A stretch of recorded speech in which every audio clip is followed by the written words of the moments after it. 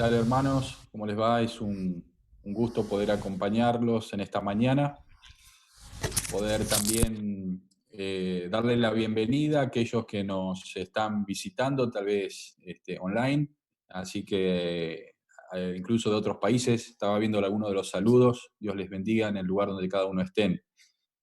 Queremos también agradecer al Señor por las ofrendas. No pudimos recién orar, pero le damos gracias a que el Señor nos permite, a pesar de las necesidades, también adorarle a Él con lo que tenemos. Y como iglesia, el Señor nos permite también recoger nuestras ofrendas y poder seguir extendiendo su reino.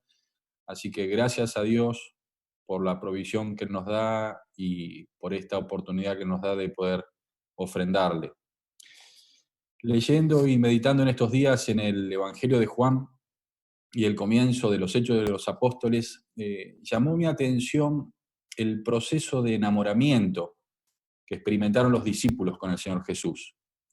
Pasaron de una relación dubitativa y superficial en los comienzos a un compromiso radical que insumió sus vidas dándole un nuevo sentido, cuyo testimonio sentó las bases de la Iglesia de Cristo, de la cual nosotros hoy somos sus herederos. Pero, ¿qué fue lo que pasó? ¿Cómo se dio este proceso? ¿Qué cosas acontecieron para que ese pequeño grupo anónimo de seguidores ordinarios se transformaran en valerosos testigos que contra viento y marea defendían y predicaran el mensaje de Jesucristo? Es interesante observar el cuadro completo. Vemos en los evangelios que en esos primeros momentos, cuando Jesús comienza su ministerio terrenal, los discípulos empiezan a seguirle, quizás un poco sorprendidos por su llamado, sin saber bien quién era, por qué hacía lo que hacía y hacia dónde iban. Tal vez su vida sencilla y sin muchas expectativas, recordemos que en su mayoría eran gente humilde, del interior, pescadores, hizo que no tuvieran nada que perder al seguir a este buen hombre que los invitaba a recorrer un nuevo camino. Y allí van los discípulos, acompañando al Maestro en su peregrinar, observando sus milagros, escuchando sus enseñanzas, viendo manifestaciones sobrenaturales que los dejaba perplejos y frente a algo distinto a todo lo conocido. Sin embargo, no alcanzaban a comprender realmente todo. Y más de una vez los vemos desorientados, discutiendo entre ellos sobre qué quería decir tal o cual cosa, o interpretando al revés otras, por lo que Jesús una y otra vez les enseña y explica su misión. Luego de 3 años de acompañar y ver las maravillas que Dios hacía a través de su Maestro, y cuando parecía que empezaban a entender y disfrutar finalmente del poder y la gloria de Jesús, este es detenido, acusado, castigado cruelmente y ejecutado en una cruz.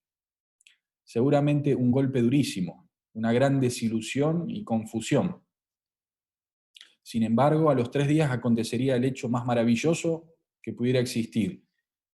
Contra todo pronóstico humano, Jesús venció la muerte y Dios le resucitó de entre los muertos. Este hecho marcaría de ahora en más el centro de la fe de sus discípulos y la esperanza hacia la cual dedicarían toda su vida. Indudablemente, la resurrección de Jesús volvió a darles vida, renovó sus esperanzas y le dio sentido a todo lo que habían visto y escuchado y vivido con su Maestro, todo lo cual se completó con la promesa del Espíritu Santo, quien terminó de hacer real y posible lo que el Señor les había enseñado y hacia lo cual los había comisionado. Luego de su resurrección, Jesús estuvo solo 40 días más con sus discípulos, tiempo durante el cual confirmó y reafirmó su fe, y los comisionó a lo que de ahora en más iba a ser la misión de sus vidas: extender esta buena noticia del amor de Dios a la humanidad a través de Jesucristo hasta los confines de la tierra. Y así llegamos a los primeros capítulos de los Hechos de los Apóstoles, donde ya sin Jesús a su lado, vamos a ver a otra clase de discípulos, dotados de una valentía y un arrojo pocas veces vista, personas sencillas, sin pergaminos, sin méritos propios, pero que asumen de una manera maravillosa y con profunda convicción la misión que el Señor les había encomendado y para lo cual los había preparado, ser testigos fieles y extender el Evangelio a todo el mundo, dando inicio así, contra viento y marea, a la Iglesia de Jesucristo, de la cual hoy nosotros, 2000 años después, formamos también parte. Ahora, ¿cómo fue posible esto? ¿Cómo fue posible que estas personas cambiaran tanto en este proceso? Una de las primeras cosas para pensar es que no hay dudas que los discípulos experimentaron un proceso de conocimiento y enamoramiento del Señor Jesús de tal magnitud que los llevó a vivir una nueva realidad. Nuestra vida espiritual, por ser fruto de una relación con Dios, también experimenta distintas etapas o momentos, de curiosidad y asombro, a confusión y duda, de apatía o enojo, a gozo y descubrimiento. Todos podríamos dar fe cómo ha sido y cómo es nuestra relación con Dios. Qué hermosas las palabras de Jesús en Juan 17:3, quien ora a Dios por nosotros y expresa el anhelo de su corazón. Dice, que te conozcan a ti, el único Dios verdadero, y a Jesucristo, a quien has enviado. El Señor desea que podamos experimentar un conocimiento profundo de su persona que nos lleve a enamorarnos y vivir una nueva realidad espiritual. Otra de las razones excluyentes que determinaron esta transformación en los discípulos fue la venida del Espíritu Santo, esta tercera persona de la Trinidad, quien había sido prometido por Jesús y que acompañaría de ahora en más a todo creyente, dotándolo de su presencia y de su poder para poder vivir una vida plena y con sentido de trascendencia. Dijo el Señor Jesús en Juan 14:16, y yo le pediré al Padre, y Él les dará otro consolador, para que los acompañe siempre, el Espíritu de verdad, a quien el mundo no puede aceptar porque no le ve ni le conoce, pero ustedes sí le conocen, porque vive con ustedes y estará en ustedes. No los voy a dejar huérfanos, volveré a ustedes.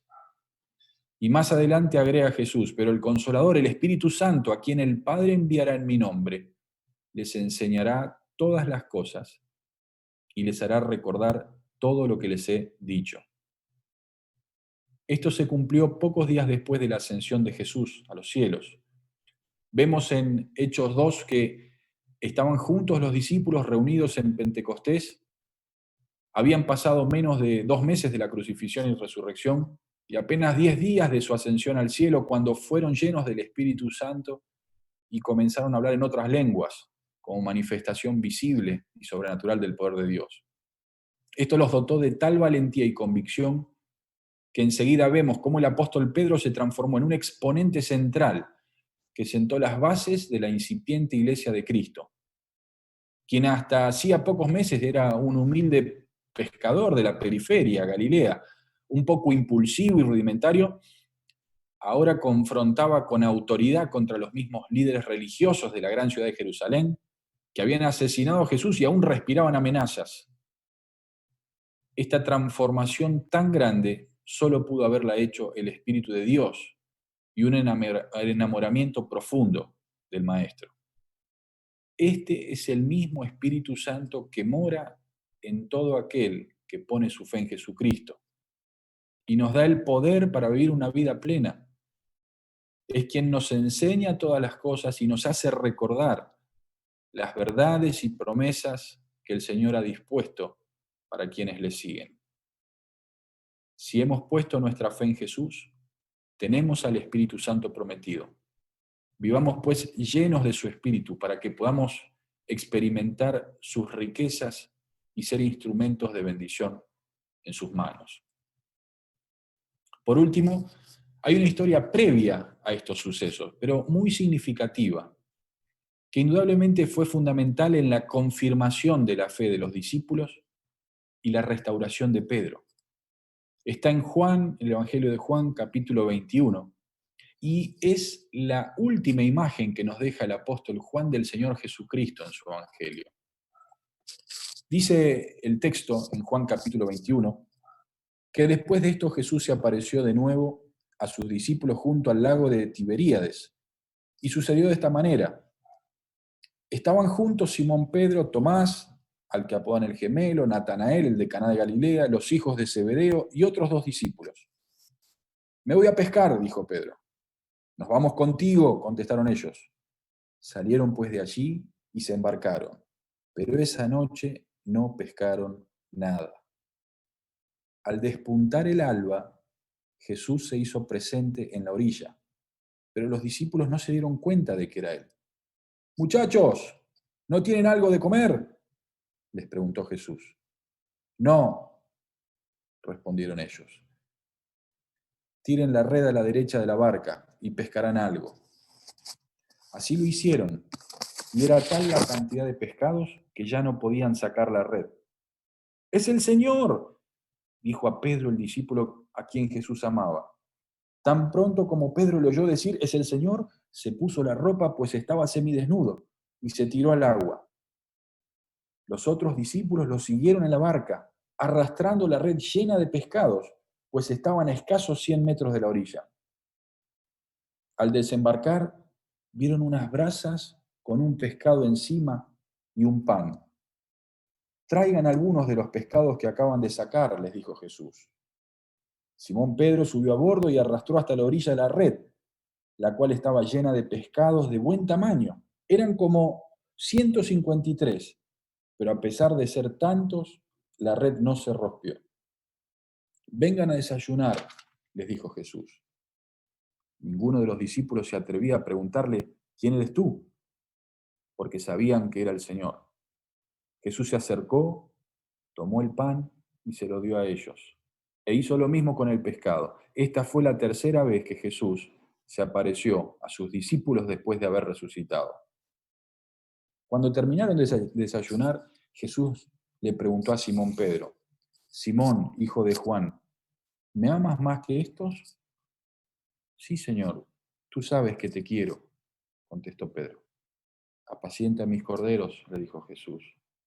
Y volvió a preguntarle, Simón, hijo de Juan, ¿me amas? Sí, Señor, tú sabes que te quiero. Cuida de mis ovejas, le dijo Jesús. Y por tercera vez Jesús preguntó, Simón, hijo de Juan, ¿me quieres? A Pedro le dolió que por tercera vez Jesús le hubiera preguntado, ¿me quieres? Así que le dijo, Señor, tú lo sabes todo, tú sabes que te quiero. Y le respondió Jesús, apacienta mis ovejas. ¿Qué vemos en esta historia? ¿Qué enseñanzas podemos extraer? En primer lugar, podemos ver de que el Señor Jesús es quien se acerca. Dice el relato que Pedro junto a otros 6 discípulos fueron a pescar y aquella noche no pescaron nada. Y cuando ya iba amaneciendo, se presenta Jesús en la playa. El Señor Jesús viene a nuestro encuentro. Ahí donde estamos, Él nos alcanza. No importa dónde hemos llegado o dónde estemos, su amor nos encuentra. También vemos que el Señor Jesús nos espera. Dice que cuando llegaron a la costa después del milagro, los estaba esperando con un desayuno, unas brasas, un pez encima y un pan. El Señor no solo se acerca a nosotros, sino que también nos espera con gestos de amor. ¿Cuántas veces pacientemente espera nuestras vueltas, nuestras dudas, nuestras propias explicaciones? Sin embargo, está presente a nuestra espera, listo para reconfortarnos con un desayuno caliente, luego de una larga noche fría.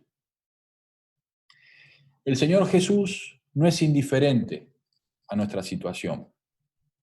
En el versículo 5 dice que les preguntó, ¿tienen algo de comer? Y los discípulos lacónicamente dijeron, no. Aunque pudiera parecer absurdo estas preguntas que el Señor hace porque Él conoce todas las cosas, sus preguntas nos confrontan con nosotros mismos, nos ayudan a ver nuestra realidad. Son preguntas que nos ayudan a enfrentar nuestro fracaso y a aprender. Ante el Señor no podemos dibujar nada. Afloran nuestras vulnerabilidades y miserias. Y es ahí cuando Él puede decirnos, echen las redes, a la derecha. Por eso el Señor Jesús también responde a nuestra necesidad. Una simple acción como echar las redes en las manos del Señor puede transformarse en bendición.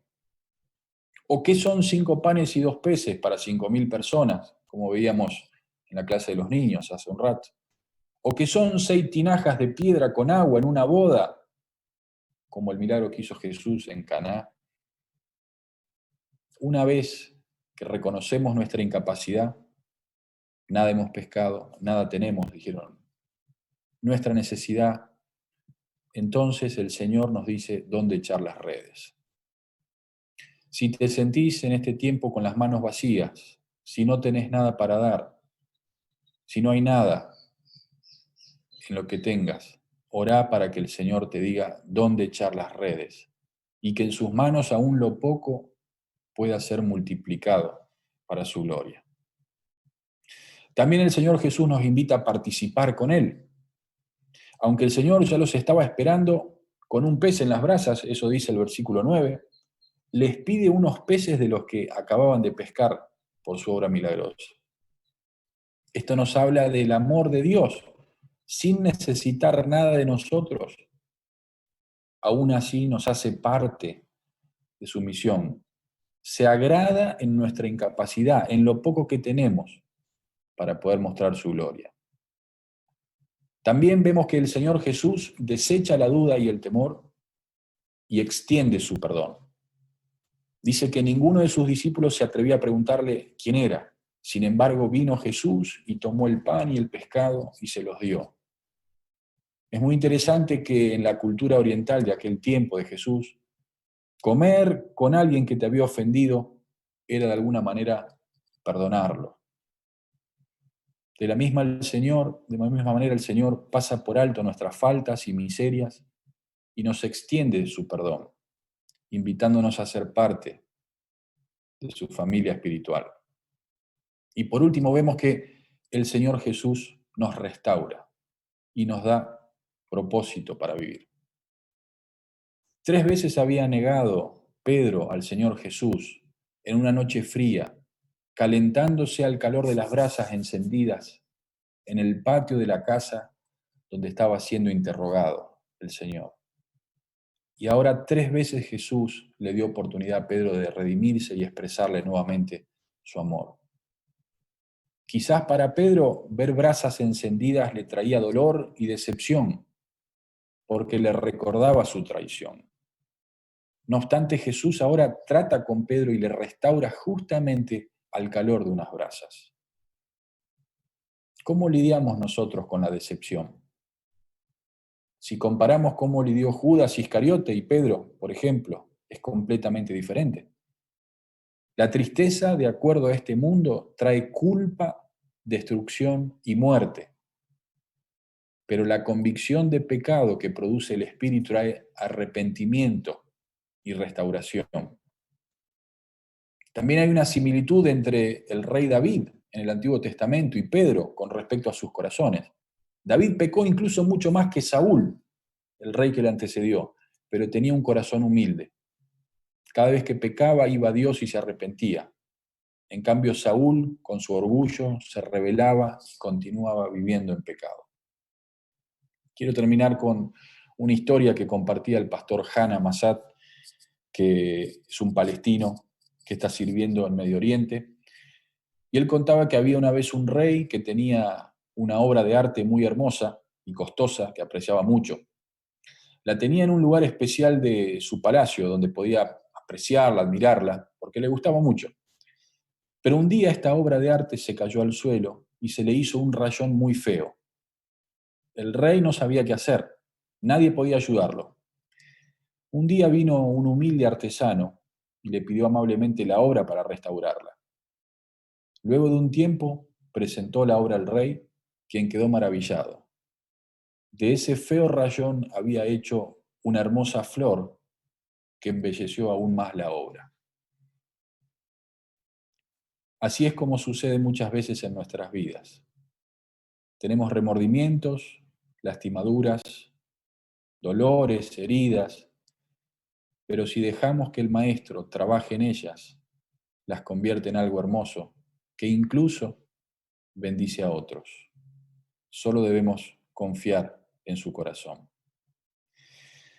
Queridos hermanos y amigos, que al igual que los discípulos, podamos experimentar un proceso de transformación permanente, basado en el amor de Jesús que nos restaura y en el poder del Espíritu Santo que nos impulsa, para que podamos enamorarnos más y más de Él y pasar a una nueva dimensión de nuestra vida espiritual en Cristo. Tan solo confiemos en Él.